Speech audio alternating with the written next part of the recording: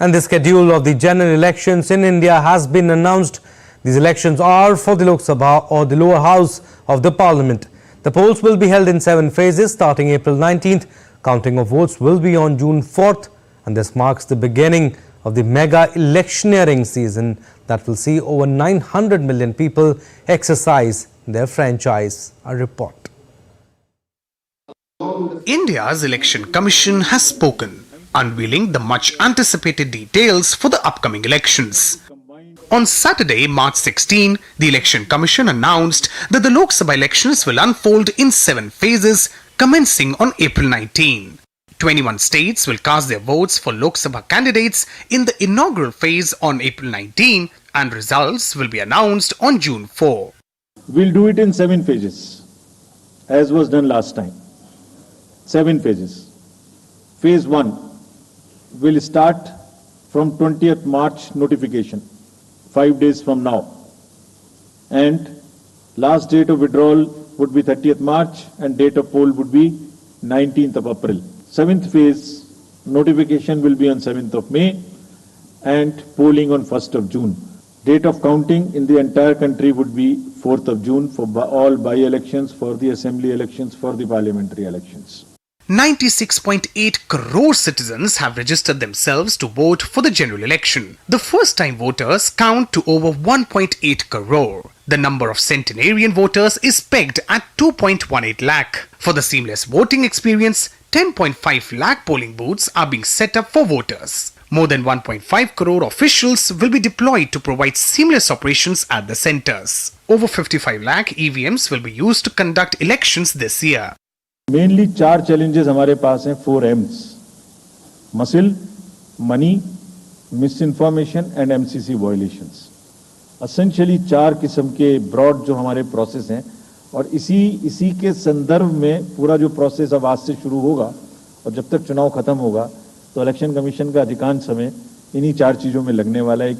In addition, assembly elections in Arunachal Pradesh, Sikkim and Andhra Pradesh will unfold on April 19 and May 13, while Odisha will witness polling in 4 phases from May 13 to June 1st. After this announcement, political parties have welcomed the schedule. India's Prime Minister Narendra Modi said that the BJP NDA are fully prepared for elections and they are going to the people on the basis of their track record of good governance and service delivery across sectors. As dates are announced, the Model Code of Conduct has also come into force that political parties have strictly adhered to. With growth in every voter category, the upcoming polls to elect the 18th Lok Sabha is a promise to be a testament to India's democratic spirit. The 7-phase general election will see 2 rounds in the month of April, 4 in the month of May and 1 in June, with the big judgment day on the 4th of June. The great Indian election is all set to make every political party sweat in the hot summers in India. With my colleague Rishi Kumar and video journalist Pramod Negi, this is Anil Thomas for DD India from New Delhi. And with the announcement of the general election schedule by the Election Commission of India, the Model Code of Conduct has come into effect. The code plays a crucial role in ensuring free and fair polls. Our next report has the details. In order to ensure free and fair elections, it is imperative that a set of guidelines to regulate the candidates and political parties is put in place. In India, these norms are called the Model Code of Conduct or the MCC. These guidelines are issued and enforced by the Election Commission of India. To put it simply, MCC is a list of do's and don'ts for the candidates, which they are expected to follow during the election process. It comes into effect from the day the Election Commission of India announces the poll schedule and is operational till the elections are concluded.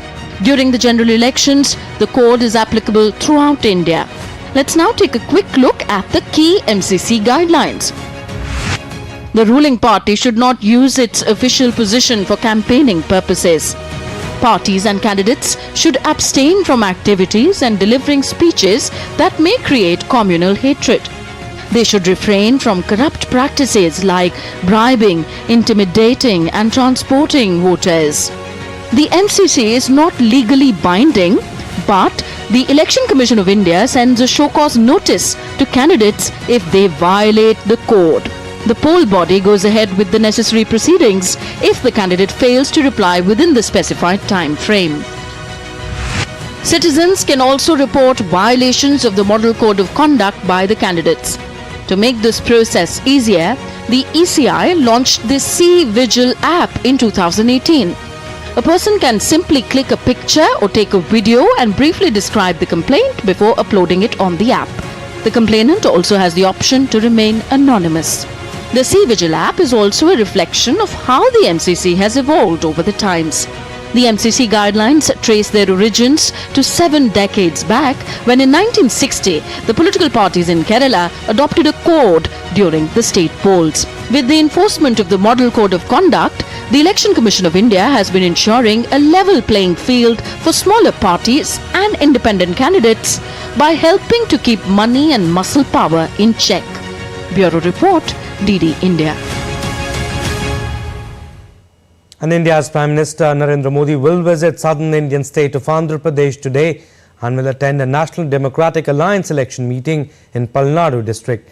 This will be the first rally of the National Democratic Alliance for the upcoming Lok Sabha elections, scheduled to take place in 7 phases starting April 19th.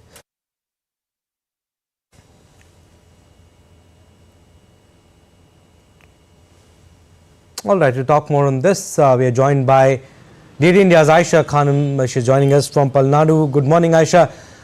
PM Modi continues South push and to hold public rally there in Palnadu today. Tell us the schedule and what all has been planned and about the security situation to arrangements in fact.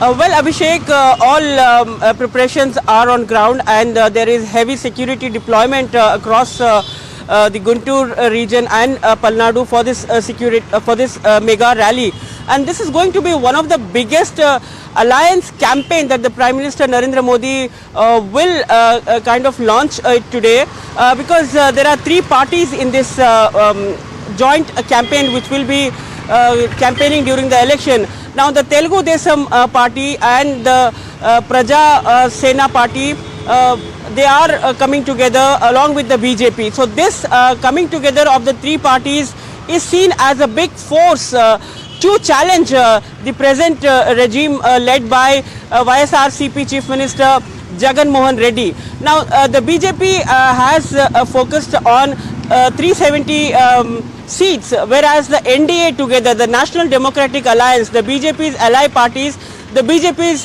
target is 400 plus. So for this, the BJP thinks that the Telugu Desam party getting back to the NDA alliance will help the BJP fetch more votes here in Andhra Pradesh. And this is the place where BJP at the moment is not on a very strong wicket. BJP has been working hard in improving its vote bank, in improving its vote percentage in Andhra Pradesh. Right now, coming together of the 3 parties together led by Pawan Kalyan, who is the brother of the Telugu actor, the superstar Chiranjeevi, and Pawan Kalyan also is a superstar here. So the BJP hopes that the appeal, the youngsters will appeal to his leadership, and the BJP will be able to sail through in at least improving its tally in Andhra Pradesh. So today's big election meeting is seen as a launch of the campaign of the alliance parties, that is all the 3 parties will campaign together in Andhra Pradesh in the coming days, wherein Andhra Pradesh will also have Lok Sabha elections along with the assembly election, that is the state elections. So the people in Andhra Pradesh are hoping for a change, they are looking for an alternative. Now this rally itself, this meeting itself has been given the name as Praja Galam, which means voice of the people. So this voice of the people is being led by none other than the Prime Minister of India, Narendra Modi. So BJP hopes that they will be able to build their base here once again, and the return of TDP, the Telugu Desam party. This party leader, Chandrababu Naidu, was once upon seen as a very dynamic leader who changed the face of Hyderabad before the bifurcation of the state. Now remember, when Andhra Pradesh was bifurcated, this part of Andhra Pradesh has still not seen the development. Therefore, the people in Andhra Pradesh are looking for better growth in their own state, end of the anarchy rule. They allege that YSRCP Chief Minister Jagan Mohan Reddy is imposing in Andhra Pradesh. So the people in Andhra Pradesh hope for better days, and the alliance, the coming together of these three parties, the Praja Sena, the Telugu Desam Party and BJP, will be seen as a strong force to build their base and challenge YSRCP in the coming days. Right, Aisha, also, how do we see this rally as far as the elections are concerned? Like you mentioned, this will be joint rally of the BJP along with the allies, and considering the BJP had not done that well in fact in Andhra Pradesh, Kerala and Tamil Nadu for that matter. Well, absolutely. Perhaps Andhra Pradesh is one region where the BJP is still hoping to improve its vote share at least, because BJP in the last election, 2019 election, had its vote share as 0.8%. So BJP is aware of this fact. Therefore, this alliance coming together with TDP, which is still a force to reckon with here in Andhra Pradesh, as its leader Chandrababu Naidu is seen as a very dynamic leader. So the BJP hopes to ride on this alliance, the TDP and the Praja Sena with Pawan Kalyan. And also the fact this rally will send across a message, because Prime Minister Narendra Modi is leading. Remember, his appeal, his mass appeal across the country has been, kind of convincing people people with his vision, when he has set a vision of 2047 of developed India. So this appeal has appeal to the people across the country. Therefore, Prime Minister Narendra Modi addressing this rally will cement whatever the little differences that are cropping up, the initial hiccups in this alliance, because the seat sharing has happened.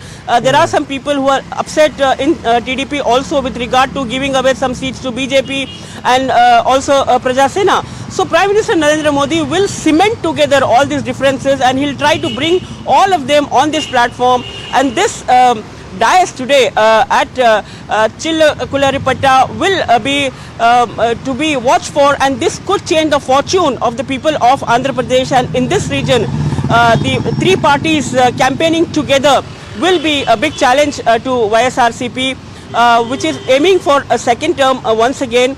And in Andhra Pradesh, there are 25 Lok Sabha seats. So for the BJP, this is a challenge that they will have to improve their tally, and leadership of Prime Minister Narendra Modi will be a reckoning force for this alliance in Andhra Pradesh. All right, Aisha, we'll leave it at that. Thank you for the time being, but we'll keep taking updates from you. And with the announcement of the poll schedule for the 2024 general elections, leaders of other political parties have also started their campaigns for the upcoming polls. Moving on to our next story. Now, Indian political party BJP's Overseas Friends of United Kingdom organised a spirited car rally in London. The rally was dedicated to showcasing their support for Indian Prime Minister Narendra Modi and the political party BJP in the upcoming general elections in India. The rally commenced from Kachleva Patidar Samaj Complex in Northolt and culminated at the Swaminarayan Baptist Temple in Wembley. Also taking part in the rally, UK parliamentarian and Padma Shri recipient Bob Blackman addressed members of the Indian diaspora after the car rally culminated at the Baptist Swaminarayan Temple in London. Obviously, the Indian elections are a massive election. It is the biggest exercise of democracy anywhere in the world. And I have a little prediction for you. I think there's one. That is majority with 400 plus. Play a big part in making sure that Narendra Modi is still Prime Minister, and indeed BJP still run the government. Now, not only do we have a wonderful government in India, but we have a wonderful Prime Minister who's Indian. And in a daring display of prowess, the Indian Navy executed a meticulously planned operation in the Arabian Sea, culminating in the surrender of 35 pirates and the safe rescue of 17 crew members from a distressed vessel. The operation, spearheaded by the Indian warship INS Kolkata, unfolded over 40 intense hours, showcasing the Navy's unwavering commitment to maritime security and humanitarian rescue missions. The Indian warship had carried out the interception of the pirate ship ruined almost 2,600 kilometers from the Indian coast and forced the pirate ship to stop through calibrated actions which were augmented by INS Subhadra, Hail RPA P-8I maritime patrol aircraft and Marcos Prahar's airdrop by C-17 aircraft. This coordinated effort ensured the swift and safe evacuation of the distressed vessel's crew, leaving no room for error or compromise. By swiftly neutralizing the pirate threat and ensuring the safety of those aboard the distressed vessel, the Indian Navy reaffirms its status as a formidable guardian of the seas. And latest update on the forest fire in the Wellington area of the Nilgiris district of Tamil Nadu. Southern Air Command of the Indian Air Force has launched a fire-fighting effort in the forest.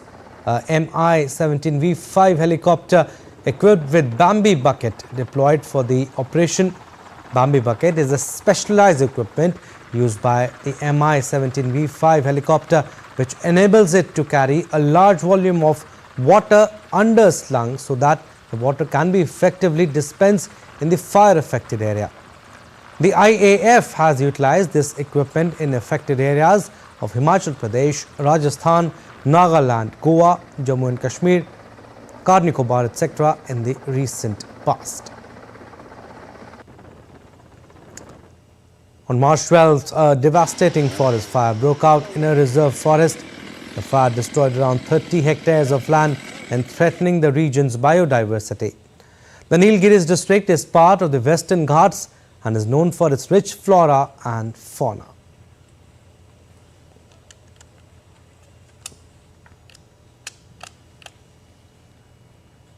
Alright, now let's take a look at other stories making news.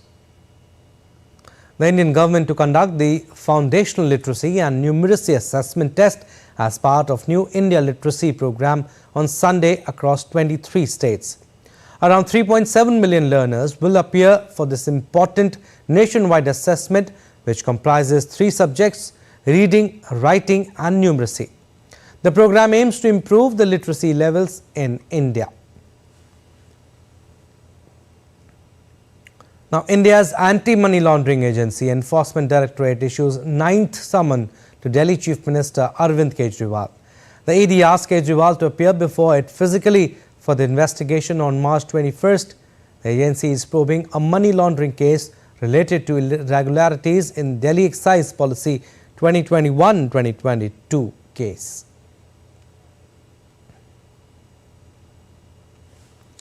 Around 40 people were injured after a boiler blast in a factory in Rewari of Indian state of Haryana. The incident took place on Saturday evening in Daruheda area of Rewari city. The injured have been admitted to the hospital and no casualties have been reported. The local police has registered a case and the investigation is underway. Alright, still to come on this edition of DD India News Hour. A second aid ship loaded with food and other supplies for Gaza ready to sail from Cyprus. Venezuela's President Nicolas Maduro will run for a second re-election to secure another 6-year term in voting planned for July 28th. And Nigerian officials say the nation's armed forces have killed over 200 terrorists last week.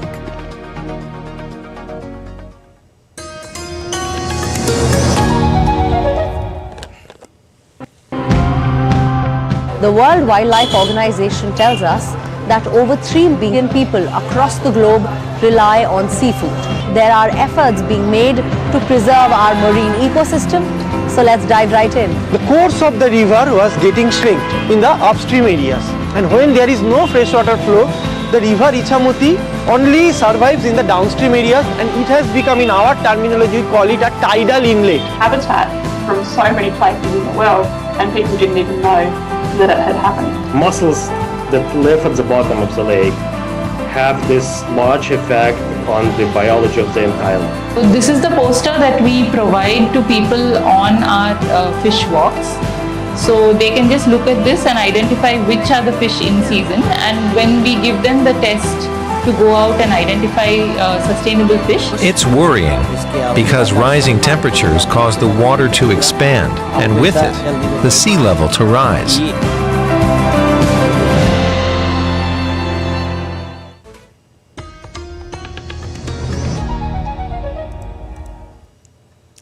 Welcome back. You're watching DD India News Hour. I'm Abhishek Mahajan.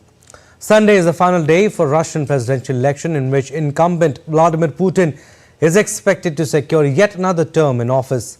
Moscow accuses the West of encouraging extremism at the presidential election in Russia as over 20 regions detained people attempting to pour dye into ballot boxes or set polling stations on fire. DD India's Dasha Charnishova has more about the voting on the second day. The turnout in Russian presidential election on the second day of the voting reached 55%, according to the Central Election Commission. Authorities say they recorded thousands of attacks against the election cyber infrastructure, as well as the websites of the state services and the ruling United Russia Party. Several attempts to interfere with the election process have also been recorded, including attempts to put dye into the ballot boxes. Russian Foreign Ministry spokesperson Maria Zakharova said that the Western countries are encouraging individuals to extremism at polling stations. In the meantime, Ukrainian shelling in the southern Russian city of Belgrade killed 2 people. A drone attack caused fire at a Russian oil refinery in the Samara region. And Russian Ministry of Defense said it thwarted yet another attempt by the Ukrainian armed forces to cross the Russian border. Moscow says the purpose of strikes on Belgrade was to disrupt the course of voting in the Russian presidential election. But authorities in Belgrade say the turnout is nevertheless over 70% already. Dasha Charnishova reporting in Moscow for DD India. And one of Russia's presidential candidates, Leonid Slutsky, voted with his mother, Natalia Kabanova, at a polling station in Moscow on Saturday. Slutsky is the leader of the ultra-nationalist Liberal Democratic Party of Russia. He took over as the party's permanent leader after the LDPR's veteran fire ban leader Vladimir Zhirinovsky died in 2022. Slutsky has long chaired the Parliament's International Affairs Committee. He has spoken of the need for Russia to win in the conflict with Ukraine and of the importance of keeping food prices down.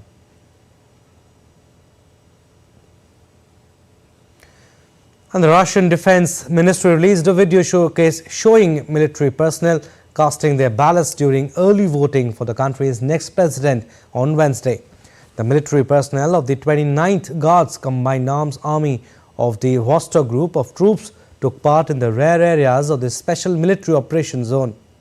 The voting was organized at mobile polling stations in the rare areas of the Special Military Operation in full compliance with the requirements of the law.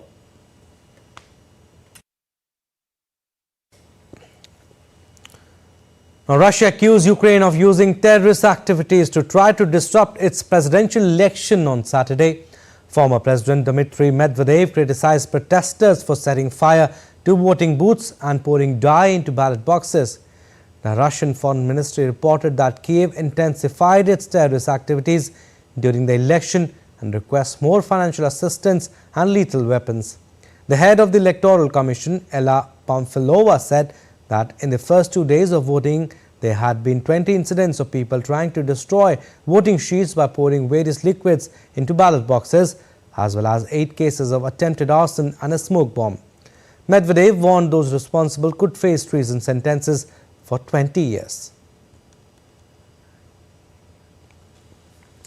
And Ukraine's Interior Minister Ihor Klimenko visited the wounded on Saturday following a deadly Russian missile attack on Odessa. A video released by National Police of Ukraine in Odessa region showed Klimenko visiting the hospital. The minister instructed his ministry to review and amend the emergency services approach to emergency response, taking the situation on the ground into account. A Russian ballistic missile attack struck a residential area in Ukraine's Black Sea post city of Odessa on Friday, killing 21 people and wounding more than 70. Ukrainian President Volodymyr Zelensky praised his armed forces security service and main intelligence directorate for the new Ukrainian long-range capabilities and said Ukraine can exploit Russian military ability with their weapons. In the recent weeks, many have already seen that the Russian war machine has vulnerabilities and that we can exploit these vulnerabilities with our weapons. I thank the armed forces of Ukraine, the security service of Ukraine, the main intelligence directorate for the new Ukrainian long-range capabilities. Of course, thanks to our defense industry complex, everyone working for the Ukrainian strength, because what our own drones can do is truly a long-range Ukrainian capability. Ukraine will now always have its own striking force in the sky. Україна тепер завжди матиме свою власну ударну силу в небі. A second aid ship loaded with food and other supplies for Gaza was ready to sail off soon after the first vessel successfully delivered humanitarian resources. The second ship with 240 tons of aid was moored at Larnaca port awaiting a signal to sail. US-based charity World Central Kitchen, which arranged the mission with the UAE and Spanish charity Open Arms with support from the Cypriot government, said the new shipment included pallets of canned goods and bulk products. WCK said the second boat also had 2 forklifts and a crane to assist with future maritime deliveries to Gaza. A cruise ship would accompany the cargo boat with 8 workers to operate the machinery and offload the aid. Almost 200 tons of food arrived in the enclave late on Friday, the first shipment in a new aid route to the Gaza. In the first mission, the charity offloaded aid onto a makeshift jetty WCK built from the rubble of destroyed buildings. Meanwhile, a World Central Kitchen staff member posted a video showing the last pallets of aid being unloaded off the first Gaza aid supply ship early Sunday morning. 200 tons of food was delivered in northern Gaza on Friday night as humanitarian aid. All right, there it is, the last 2 pallets of food getting loaded onto the last truck. Behind me, off of the barge, is the Open Arms boat back there. 200 tons of food delivered here in northern Gaza. It's going to go up to Gaza City. The US and Jordan dropped more aid into Gaza in a joint humanitarian aid operation. Bundles of Jordanian food supplies were among the items dropped during the operation. The United States began aid airdrops on March 2nd and is planning a US military sea lift of assistance from the island of Cyprus.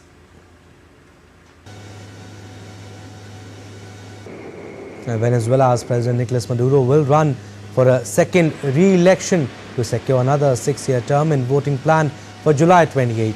Maduro, a 61-year-old former union leader, was proclaimed as the Socialist Party's candidate by Vice President Diosdado Cabello and took the stage at a large sports arena to address supporters.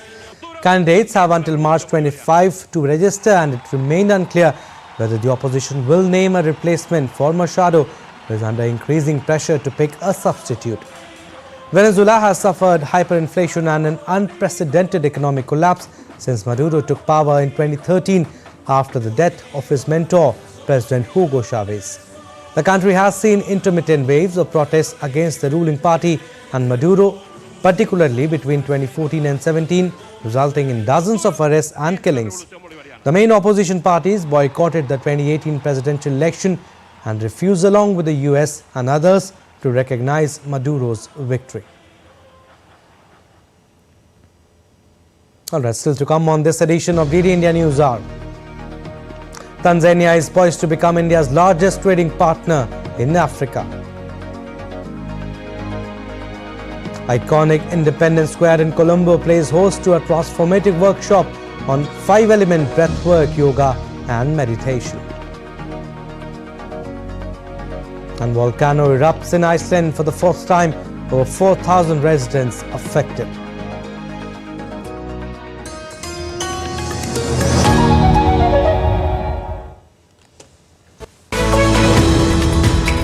We just don't bring you the news as it unfolds. We get to the heart of the matter. We don't just present facts. We demystify complex social, political and economic events. We break stories that shape the world's present and future because you deserve the truth.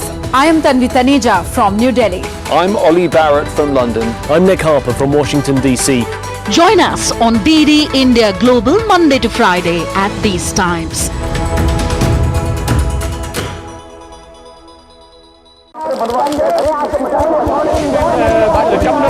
Debate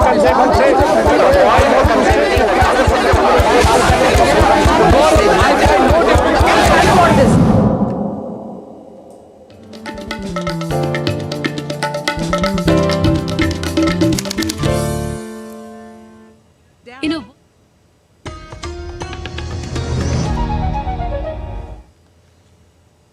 Welcome back. You're watching DD India News Hour. I'm Abhishek. Recap of what we have done so far. Poll fever grips India with the announcement of the schedule for the general elections 2024. Voting to start from April 19. Election results on June 4th. Indian Navy successfully wraps up operation involving MV Ruin, rescues crew of hijacked vessel, captures all 35 pirates. Third and final day of Russian presidential election today. Incumbent Vladimir Putin expected to secure yet another term. Russia accuses Ukraine of election sabotage.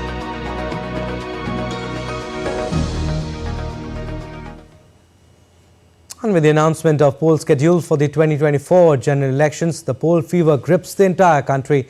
While the leaders of various political parties have started campaigning, the poll panel have also started preparing arrangements for free and fair polls.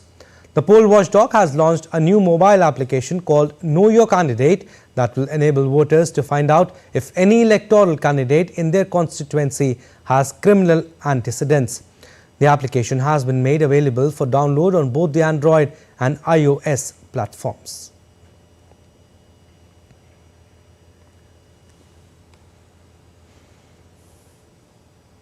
All right, let's go across to Dibyendu Mondal. He is joining us live from Delhi. Dibyendu, with 970 million voters, world's largest democratic exercise begins. It has set the stage for a grand battle. Poll fever grips the country and summer season will be the voting season. Well, that's right, Abhishek. You know, yesterday the much-awaited announcement for the general election 2024 was made by the Election Commission of India. 543 Lok Sabha seats, which is the lower house of the parliament, will go to polls beginning the 19th of April. It will be a total of 75 days exercise, which began since yesterday. It's a long process, of course, because remember the length and breadth of the country, the complex topography of the country. The process is of the 75 days beginning since yesterday. As soon as the announcement for the elections were made by the Election Commission, political parties as well as the Election Commission started preparing. And in fact, the Election Commission was preparing for this election since the last 2 years. As the CEC yesterday, Mr. Rajiv Kumar, said during the press conference that it took the Commission almost 2 years to prepare for this tumultuous task of holding a massive general election for India, for a complex country like India. So, of course, since yesterday, the Model Code of Conduct, which is a set guideline by the Election Commission, agreed upon by all the political parties, have kicked into. And, the Election Commission has taken over the administration and will monitor the poll process, including the campaigning, as well as the media, as well as the state and local body administrations. So, this process is something that it will be keenly looked upon. And as the Election Commission said yesterday, it is a festival of democracy. It's a festival. The Election Commission also repeatedly requested young voters to come out and vote. We have about 20 crore almost 20 crore young voters who will be voting this time around between the age of 18 to 29. Also, the first-time voters this time around is about 1.8 crores. So, this exercise, which is being considered as one of the largest in the world, for the largest democracy of the world also. So, this election will, of course, be watched by the countries across the world, because the largest democracy is going to polls, and we'll have a new government in place by the 4th of June, when the results will be announced almost 75 days from here. Dibyendu, also all eyes on the Election Commission of India also to conduct this huge mammoth exercise. How do you read the measures in place to ensure that 970 million people eligible to vote come out and exercise their franchise? Well, Abhishek, the Election Commission laid out the entire process that the Commission had taken into consideration over the last 2 years, how each and every booth will be managed, how the Election Commission specifically mentioned about how even if one voter is there in the upper reaches of the Himalayas, the Election Commission will reach to them to ensure that they are able to cast their vote and take part in the democracy of India. So, this mammoth task that the Election Commission will be undertaking is something that, of course, the preparations were on for a long time. Apart from this, there will also be flying squads. There will also be monitoring systems that will be put in place. The Election Commission also laid out instructions about applications, how us as normal citizens can be able to check the Election Commission's website, to check the application that the EC has launched, to know the candidate. The Election Commission also talked about how the candidates will have to, in fact, the parties will have to put out advertisements for putting up candidates that have criminal records. So, the EC is trying to ensure that the elections is free and fair. The EC also spoke about, giving all parties a level playing field, which is also the responsibility of the Election Commission to ensure that, the democracy of India is upheld to the most international standards. And of course, the EC is taking every step to ensure that the elections are held free and fair, and each political party contesting in this election is given a level playing field. Dibyendu, last question before we leave you. We need to talk about the magnitude of the electoral process also. 1 million polling stations across the country too. How does 2024 offer the magnitude and complexities involved, the challenge ahead to conduct this Herculean task, and voting awareness campaigns are also conducted by the Election Commission of India? That's right, Abhishek. Before every election, the Election Commission holds these massive campaigns across the country to ensure that each and every voter, especially the first time and young voters, come out and cast their vote. And this is exactly what the EC has done this time around as well. As you rightly said, we have over 1 million polling stations and about 97 crore voters that will be casting their vote this time around. So it is a huge task. Remember, the EC also mentioned about how polling stations will be set up in the upper reaches of Himalayas, in the Jammu and Kashmir, Ladakh, and also in the down south in Kanyakumari. So of course, each polling station is very important for the EC, moving the polling machineries, the resources from the upper reaches of the Himalayas to down south to Kanyakumari is a tumultuous task. We'll also have to ensure, the EC will also have to ensure that proper security arrangements are made both for the polling candidates as well as for the voters who will be coming out to cast their vote. So movement of all the paramilitary forces, the security personnel is of course a task. Moving of the EVMs, securing them in the strong rooms after the elections are over is a responsibility of the EC, and the EC is hoping and is ensuring, in fact, that they will be able to conduct this election totally free and fair without any violence. The EC also said that they want to ensure zero violence in the election. Right. And of course, violence in a democratic process is not something that is taken about with a sound mind. So of course, the EC also wants to ensure that it gets less of a rap from the Supreme Court.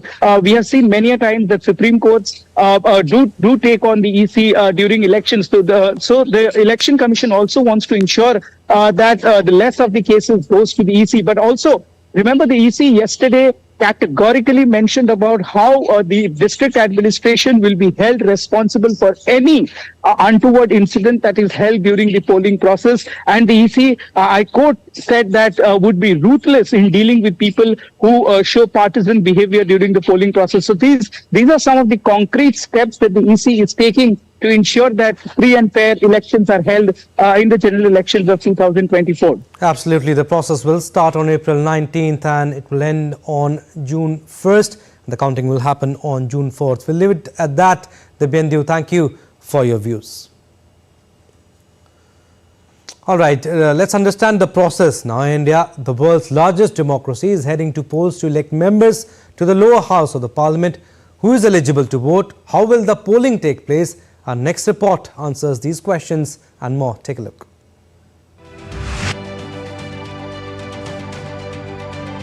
Over 960 million registered voters and more than 1 million polling stations.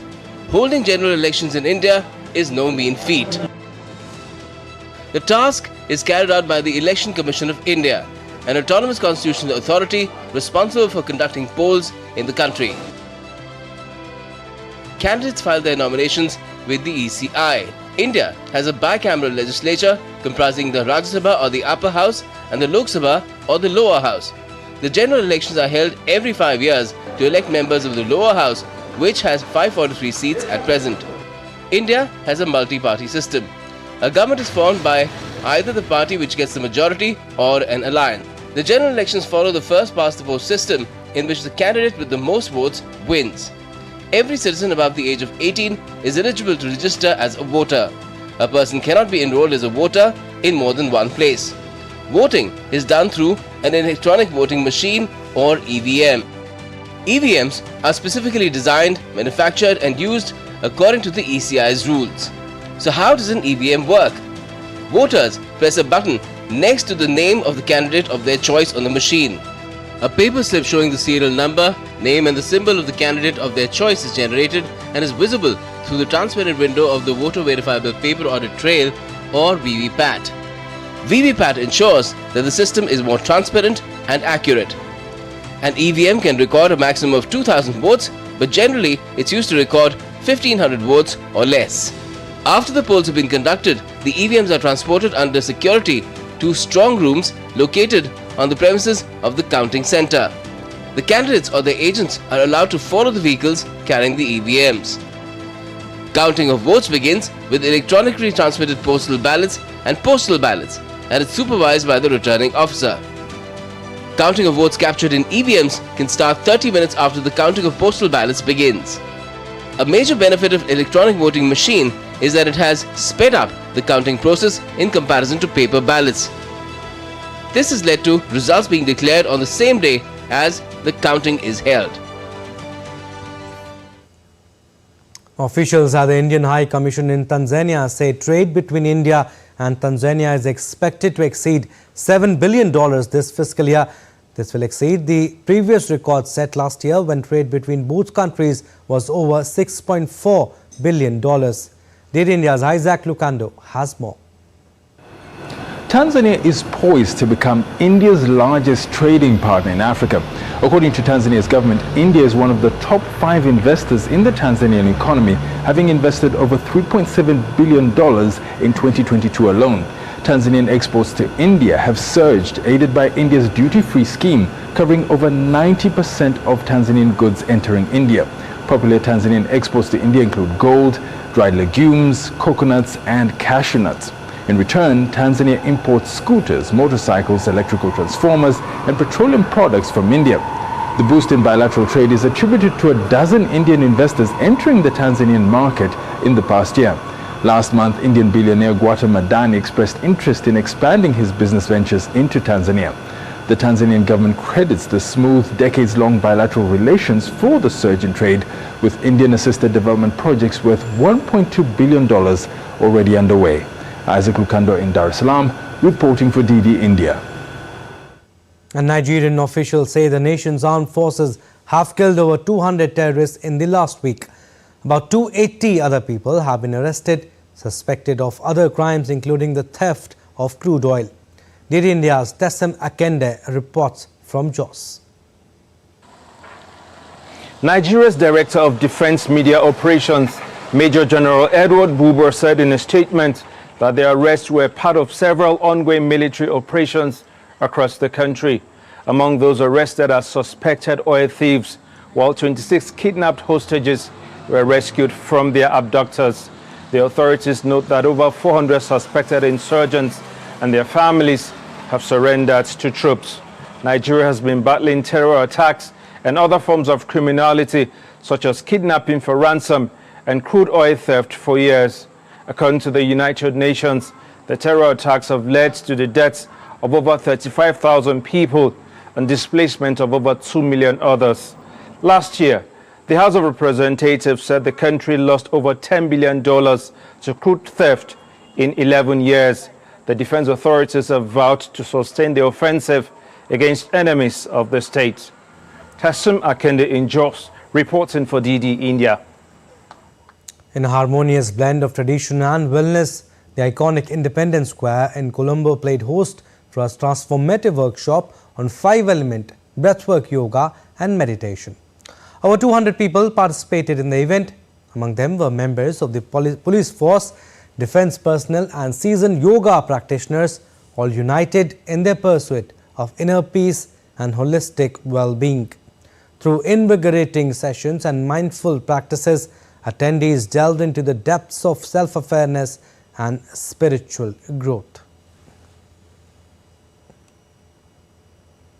And spewing smoke and bright orange lava into the air in sharp contrast against the dark night visuals of volcano that erupted in Iceland on Saturday for the fourth time since December.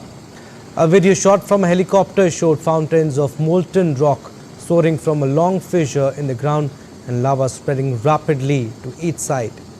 Authorities had warned for weeks that an eruption was imminent on the Reykjanes Peninsula just south of Iceland's capital, Reykjavik.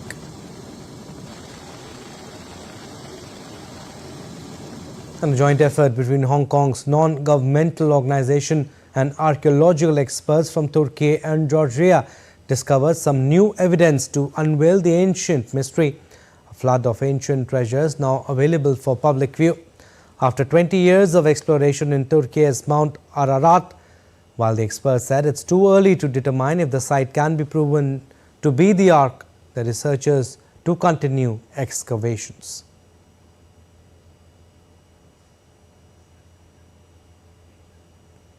Now let's take a look at other stories making news around the world. Stars aligned on the 55th NAACP Image Awards and red carpet at Los Angeles. The award show includes Queen Latifah as host. The 2024 NAACP Image Awards honored the accomplishments of black creatives in film, television and music. Australia's Foreign Minister Penny Wong has married her partner Sophie Alush.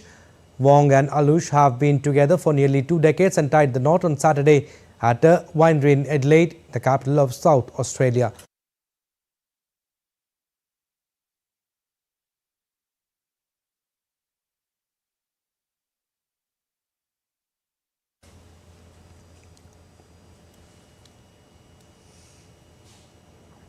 And New York's Fifth Avenue turns green as large crowds decked out in festive emerald attire turned out to cheer on the thousands of marchers in the annual St. Patrick's Day parade.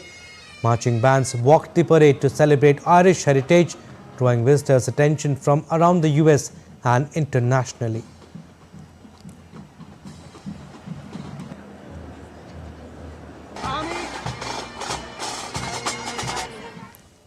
Chicago celebrates St. Patrick's Day with the windy city's river gleaming in a vibrant shade of emerald.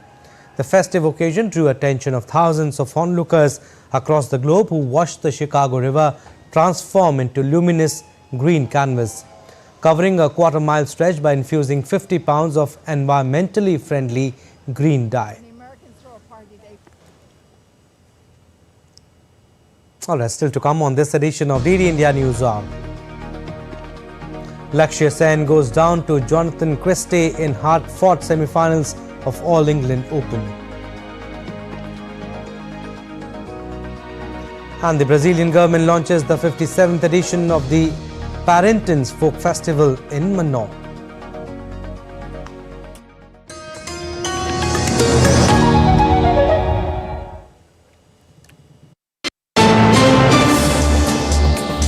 Voice of a rising aspirational world. Stories of challenges, struggles and accomplishment. A world battling conflict, hunger and poverty. Embracing growth, development, science and technology. A voice of progress, a voice of unity. Watch Voice of the Global South with me, Akshay Dongre, only on DD India.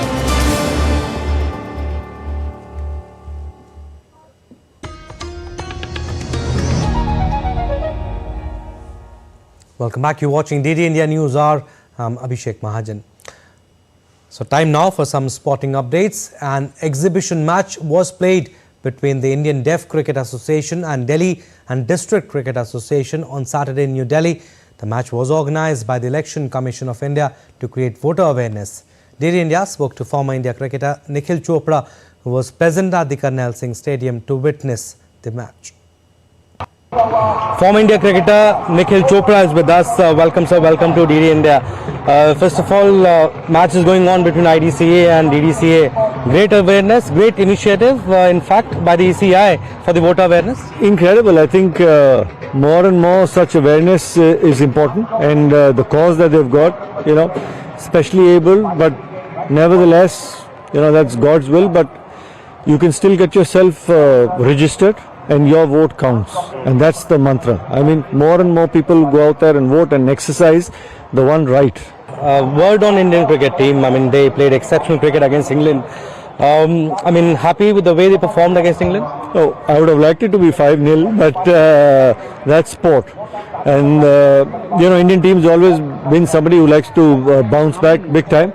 And the beauty about it is, when you're playing at home, everybody says that sometimes test matches go your way. It's a little easier because the surfaces can aid you. But at the end of the day, you still need to go out there and get runs, and you still need to go out there and pick up wickets.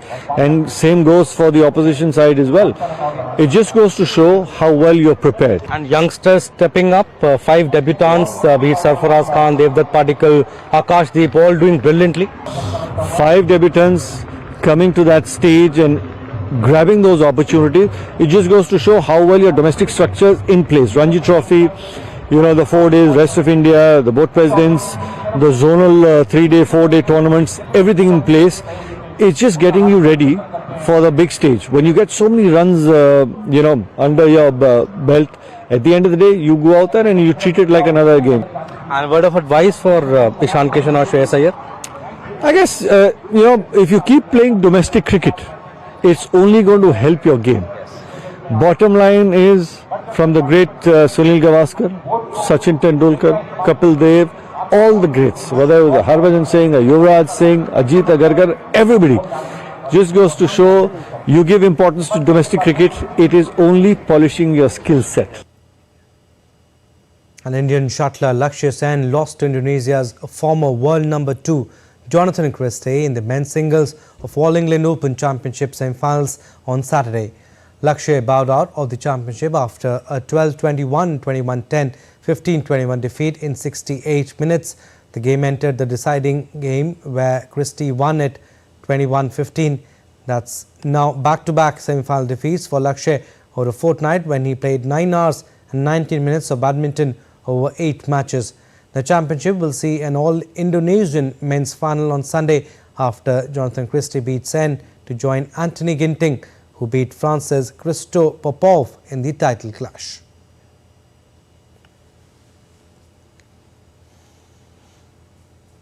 And the Indian Premier League 2024 is set to commence on March 22nd, with the tournament being played entirely in India, despite matches clashing with the Lok Sabha elections.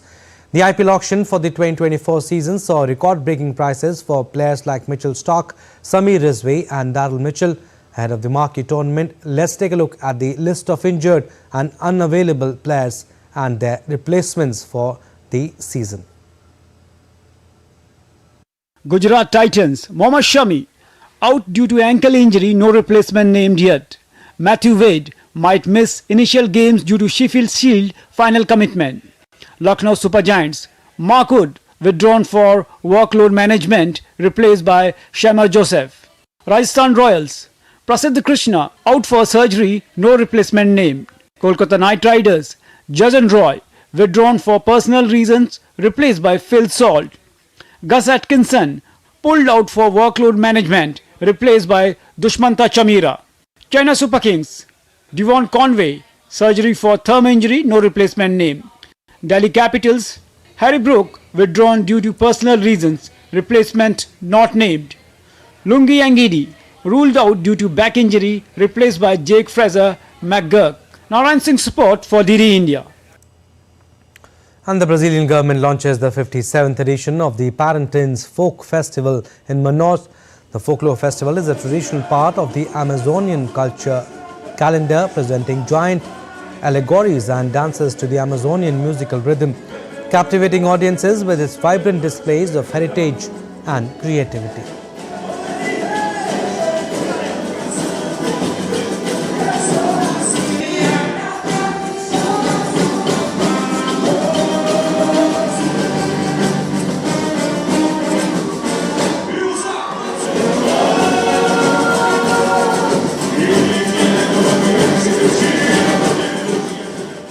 Well, that's all for this edition of DD India News Hour, but do let us know your thoughts on the news of the day. You can connect with us on Facebook, X, formerly Twitter and Instagram. We'll be back with more news as it breaks here on DD India. I'm Abhishek Mahajan. From all of us here in Delhi, thanks for watching DD India News Hour.